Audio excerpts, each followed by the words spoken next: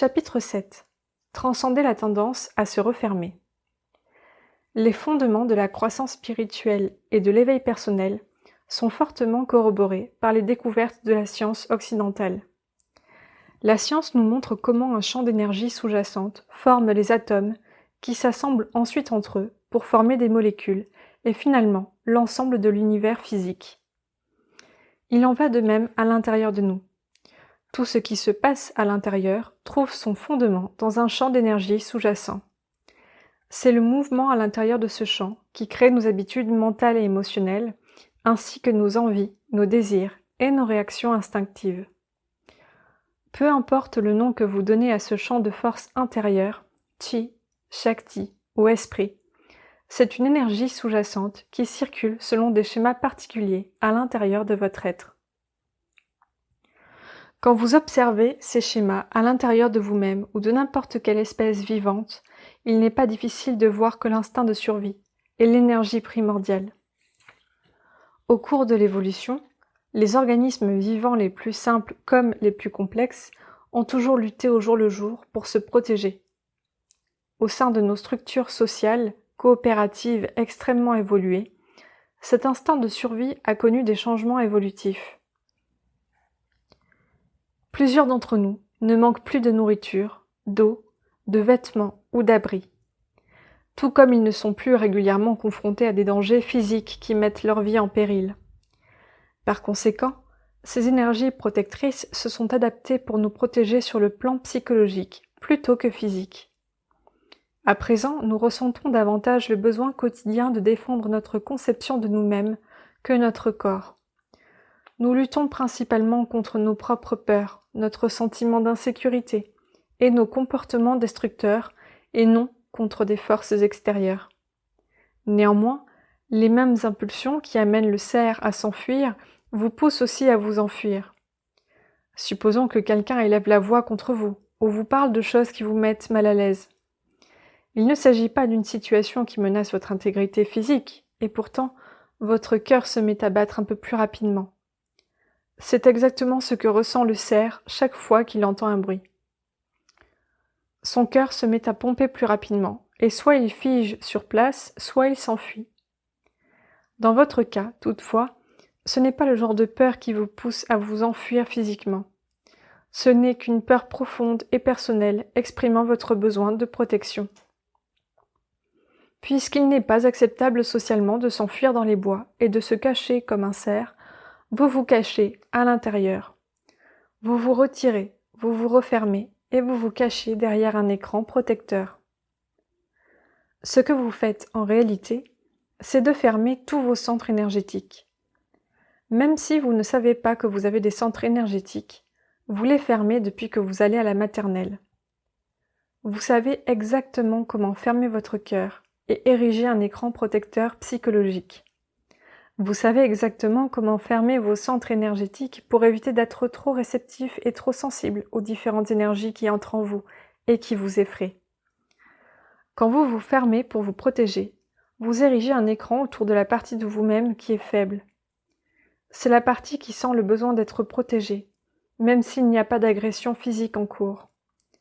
Vous protégez votre ego, votre conception de vous-même. Même si une situation ne représente aucun danger physique, vous pouvez être amené à ressentir un sentiment de perturbation, de peur, d'insécurité et d'autres troubles émotionnels. Donc vous sentez le besoin de vous protéger. Le problème est que la partie de vous-même que cela trouble est complètement déséquilibrée. Elle est si sensible que la moindre petite chose la pousse à réagir de façon exagérée. Vous vivez sur une planète qui tourne sur elle-même dans l'espace sidéral et vous vous inquiétez à cause de vos boutons, d'une éraflure sur votre nouvelle voiture ou parce que vous avez éructé en public. Ce n'est pas sain. Si votre corps était aussi sensible, vous diriez que vous êtes malade. Mais notre société considère qu'une telle sensibilité psychologique est normale. Parce que, pour la plupart, nous n'avons pas à nous inquiéter de trouver de la nourriture, des vêtements ou un abri. Nous pouvons nous offrir le luxe de nous inquiéter d'avoir taché notre pantalon, d'avoir ri trop fort ou d'avoir dit quelque chose de déplacé. Parce que nous avons développé cette hypersensibilité psychique, nous utilisons constamment notre énergie pour circonvenir la menace et nous protéger. Mais ce processus ne fait que masquer les problèmes, il ne les résout pas. Vous enfermez votre maladie à l'intérieur de vous-même, et celle-ci ne peut que s'aggraver.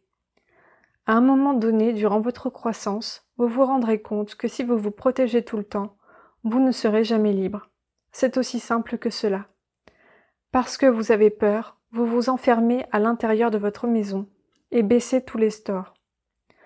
À présent, il fait noir et vous avez envie de sentir la lumière du soleil mais vous ne le pouvez pas.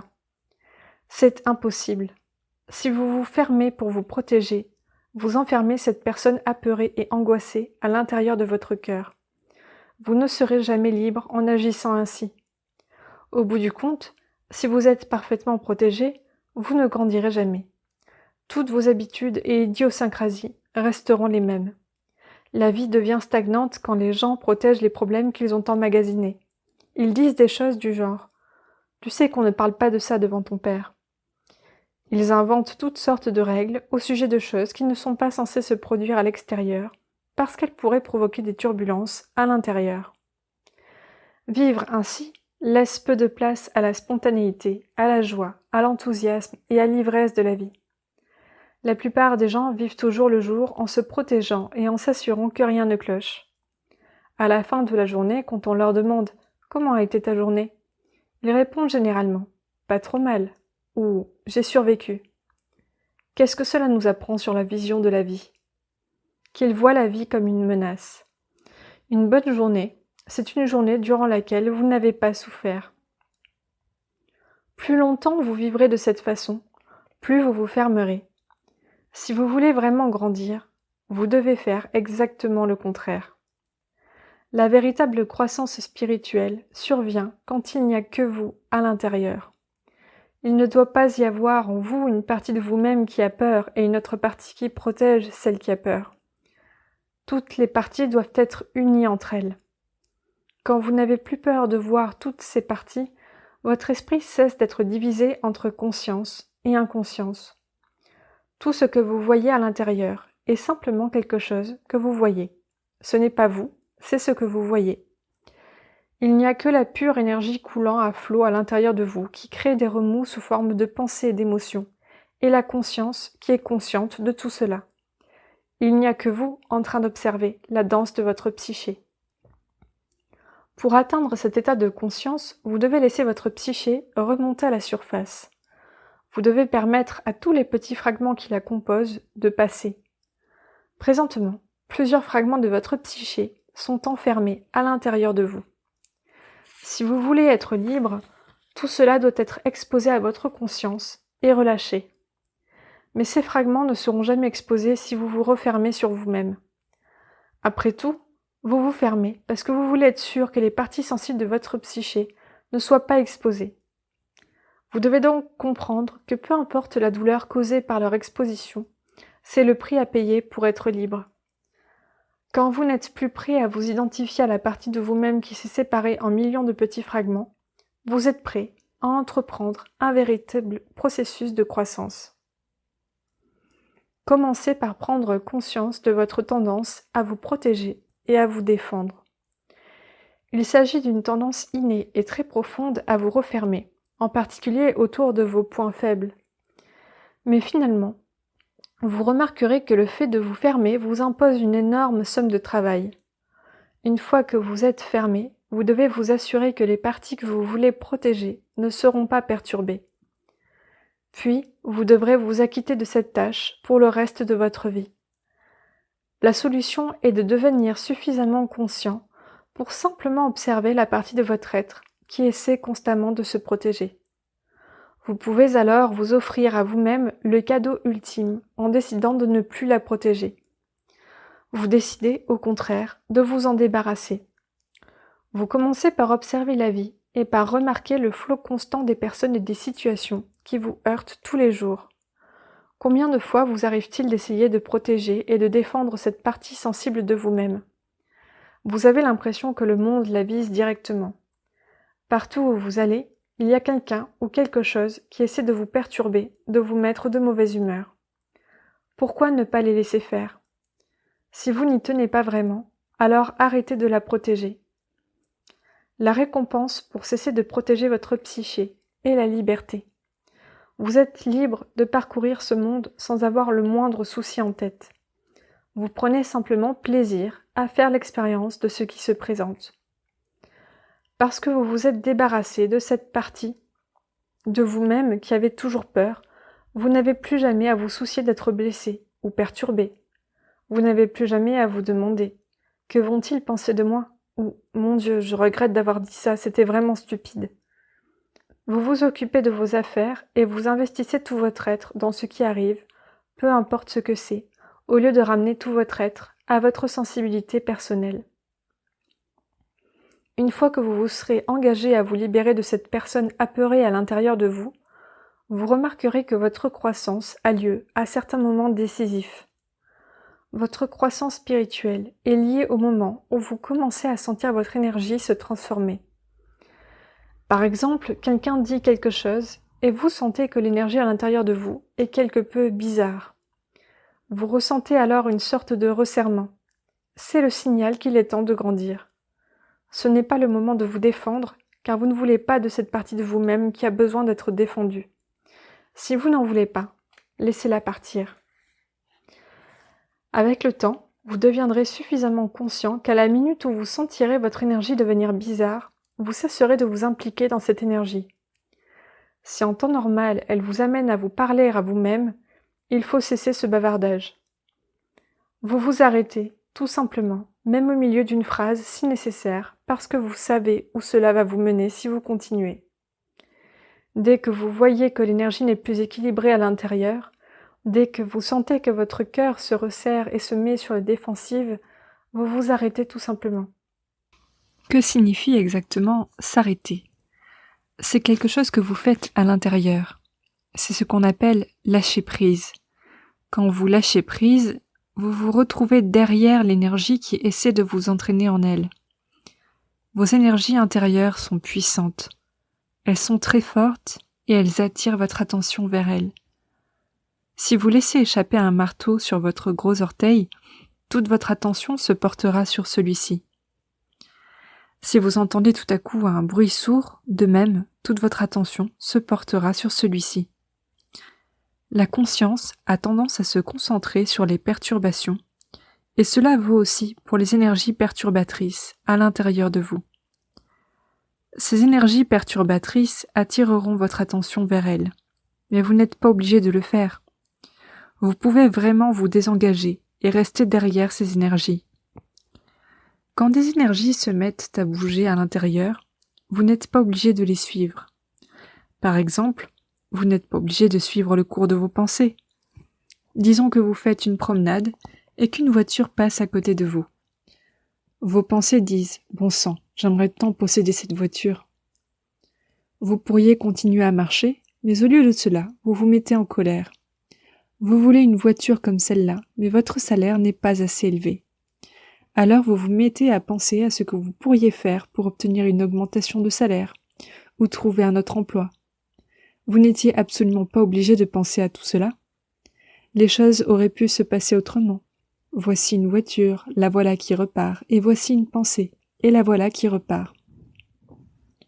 Elles sont toutes les deux reparties seules, parce que vous avez décidé de ne pas les suivre. C'est ce qu'on appelle être centré. Si vous n'êtes pas centré, votre conscience ne fait que suivre ce qui capte son attention. Vous voyez une voiture passer près de vous, et vous décidez de faire quelque chose pour vous en procurer une. Un autre jour, vous voyez un bateau, et alors vous ne pensez plus qu'à cela, et vous oubliez complètement la voiture. Il y a des gens comme cela, ils ont du mal à garder un emploi, et leurs relations personnelles fonctionnent rarement. Leur esprit part dans tous les sens, et leurs énergies sont extrêmement dispersées. Vous n'êtes pas obligé de suivre l'une ou l'autre de ces pensées. Vous pouvez simplement vous asseoir dans le siège de la conscience et les laisser s'échapper. Une pensée ou une émotion remonte à la surface, vous la remarquez, et celle-ci poursuit son chemin parce que vous lui permettez de le faire. Cette technique pour vous libérer présuppose que vous compreniez que ces pensées et ces émotions ne sont que des objets de votre conscience. Quand vous sentez que votre cœur devient anxieux, vous êtes évidemment conscient de cette expérience. Mais qui est conscient? C'est la conscience, l'être en vous, l'âme, le moi. C'est le voyant, celui qui voit. Les changements dont vous faites l'expérience sur le plan de la circulation de votre énergie intérieure sont simplement des objets de cette conscience. Si vous voulez être libre, chaque fois que vous sentez un changement dans le flot de votre énergie, détendez-vous.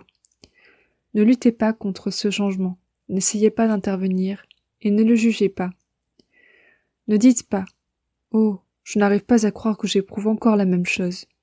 Je m'étais promis de ne plus penser à cette voiture. » Ne faites pas ça. Vous allez simplement suivre des pensées culpabilisantes, au lieu de penser à cette voiture. Vous devez vous libérer de toutes ces pensées. Mais il ne s'agit pas simplement de vous libérer de vos pensées et de vos émotions. Vous devez également vous libérer de la force d'attraction de l'énergie sur votre conscience. Les énergies perturbatrices essaient d'attirer votre attention sur elles. Si vous utilisez votre volonté pour leur résister et restez simplement assis à l'intérieur, vous remarquerez que la différence entre la conscience et les objets de la conscience est abyssale. Il s'agit de choses complètement différentes. L'objet va et vient, et la conscience l'observe aller et venir. Puis l'objet suivant arrive et repart, tandis que la conscience l'observe. Ces deux objets sont venus et sont repartis, mais la conscience n'est allée nulle part. Elle est demeurée constante et n'a fait que les observer. La conscience, qui fait l'expérience de la création des pensées et des émotions, voit clairement d'où elles viennent. Elle voit tout cela, sans même y penser. Elle voit ce qui se passe à l'intérieur aussi facilement qu'elle voit ce qui se passe à l'extérieur. Elle observe, tout simplement. Le moi observe les énergies intérieures se transformer sous l'influence de forces intérieures et extérieures. Toutes les énergies que votre moi observe ne font que passer, à moins que vous perdiez votre centre de la conscience et décidiez de les suivre.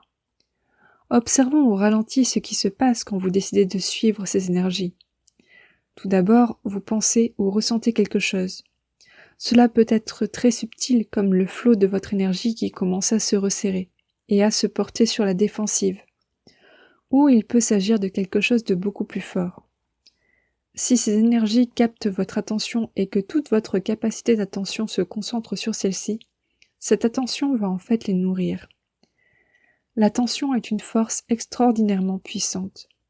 Quand vous vous concentrez sur ces pensées et ces émotions, elles deviennent chargées d'énergie et de pouvoir. C'est pourquoi, plus vous accordez d'attention à ces pensées et à ces émotions, plus elles deviennent puissantes. Disons que vous éprouvez un peu de jalousie ou de peur. Si vous vous concentrez sur cette émotion, elle acquiert encore plus d'importance et exige encore plus d'attention de votre part. Puis, à mesure que vous la nourrissez de votre attention, elle accumule encore plus d'énergie et attire encore davantage votre attention. Et c'est ainsi que la roue tourne. Finalement, ce qui n'était qu'une pensée ou une émotion passagère peut devenir l'enjeu central de toute votre vie. Si vous ne lâchez pas prise, la situation peut devenir totalement impossible à maîtriser. Une personne sage demeure suffisamment centrée pour lâcher prise chaque fois que son énergie passe en mode défensif. À l'instant où vous sentez que votre attention est attirée par cette énergie en mouvement, détendez-vous et lâchez prise. Lâcher prise signifie rester derrière l'énergie au lieu de plonger en elle. Il suffit d'un instant pour faire consciemment l'effort de ne pas y plonger. Et pour ce faire, vous n'avez qu'à lâcher prise. Vous devez simplement être prêt à prendre le risque d'avoir une vie meilleure en lâchant prise plutôt qu'en suivant cette énergie. Quand vous êtes libéré de l'emprise de cette énergie, vous êtes enfin libre de faire l'expérience de la joie et de l'expansivité qui existent en vous. Ainsi, vous décidez de vous tourner vers la vie pour vous libérer. Vous êtes prêt à payer le prix, quel qu'il soit, pour la liberté de votre âme. Vous vous rendrez compte que le seul prix à payer est de vous libérer de vous-même. Vous seul êtes en mesure de vous priver de votre propre liberté intérieure, ou de vous la redonner. Personne d'autre ne le peut. Ce que les autres font n'a pas d'importance, à moins que vous décidiez que cela a de l'importance pour vous. Commencez par de petites choses. Nous avons tendance à nous laisser embêter par les petites choses insignifiantes qui se produisent tous les jours. Par exemple, quelqu'un klaxonne derrière vous à un feu rouge. Lorsque ces petites choses se produisent, vous sentez votre énergie se transformer. À l'instant où vous percevez ce changement, détendez vos épaules et détendez la région autour de votre cœur. À l'instant où l'énergie se met en branle, détendez-vous et lâchez prise. Amusez-vous à lâcher prise et à passer derrière cette sensation d'être embêté par quelque chose. Disons que quelqu'un au travail a pris votre crayon et vous remarquez que chaque fois que vous devez en prendre un autre, votre énergie se transforme de façon très subtile.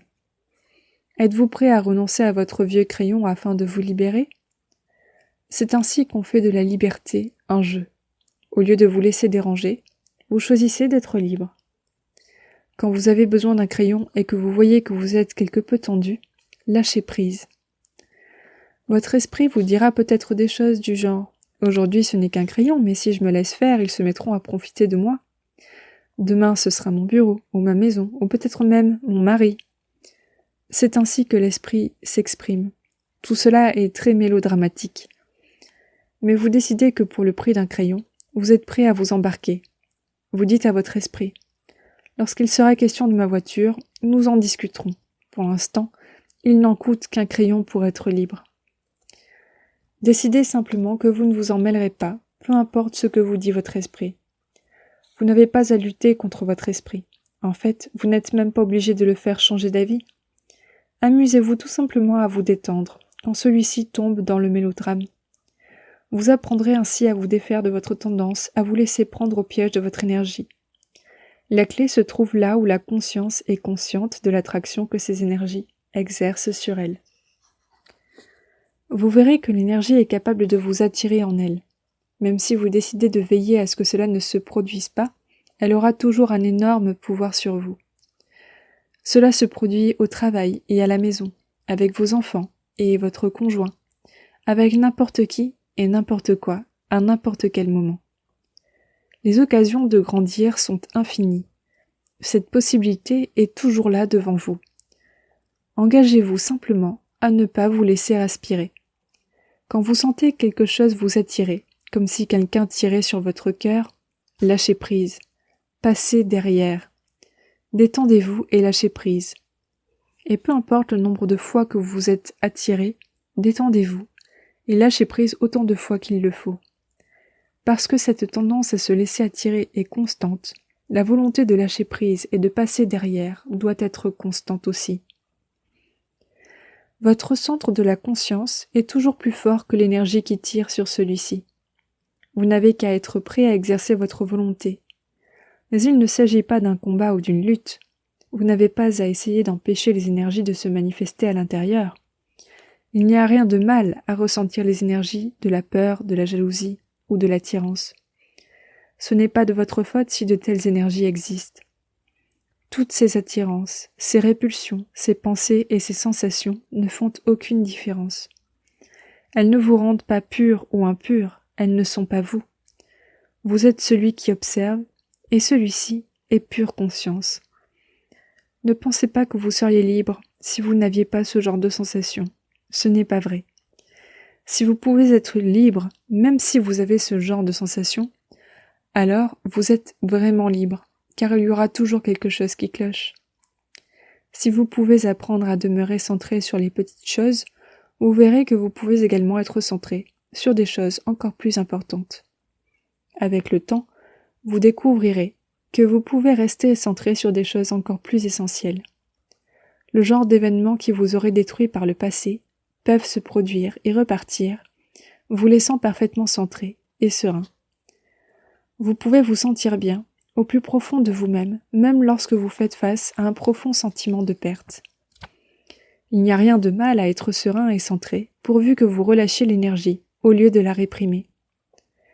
Finalement, même s'il vous arrive des choses terribles, vous devriez pouvoir continuer à vivre sans en garder des cicatrices émotionnelles. Si vous ne gardez pas ces problèmes à l'intérieur, vous pourrez reprendre votre vie sans subir de dommages psychologiques. Peu importe la nature des événements qui se produisent dans votre vie, il est toujours préférable de lâcher prise plutôt que de se refermer. Il y a un endroit au plus profond de vous-même où la conscience est en contact avec l'énergie, et l'énergie en contact avec la conscience. C'est là où vous devez travailler. De cet endroit, vous lâchez prise. Une fois que vous aurez lâché prise, chaque minute de chaque journée, année après année, c'est là où vous vivrez. Rien ne pourra vous chasser du siège de votre conscience. Vous apprendrez à rester là. Après avoir consacré des années et des années à ce processus et appris à lâcher prise, quelle que soit l'intensité de la douleur, vous atteindrez un état supérieur. Vous aurez perdu la mauvaise habitude typique, celle de vous laisser constamment attirer par le moi inférieur. Vous serez alors libre d'explorer la nature et la source de votre être véritable, la pure conscience.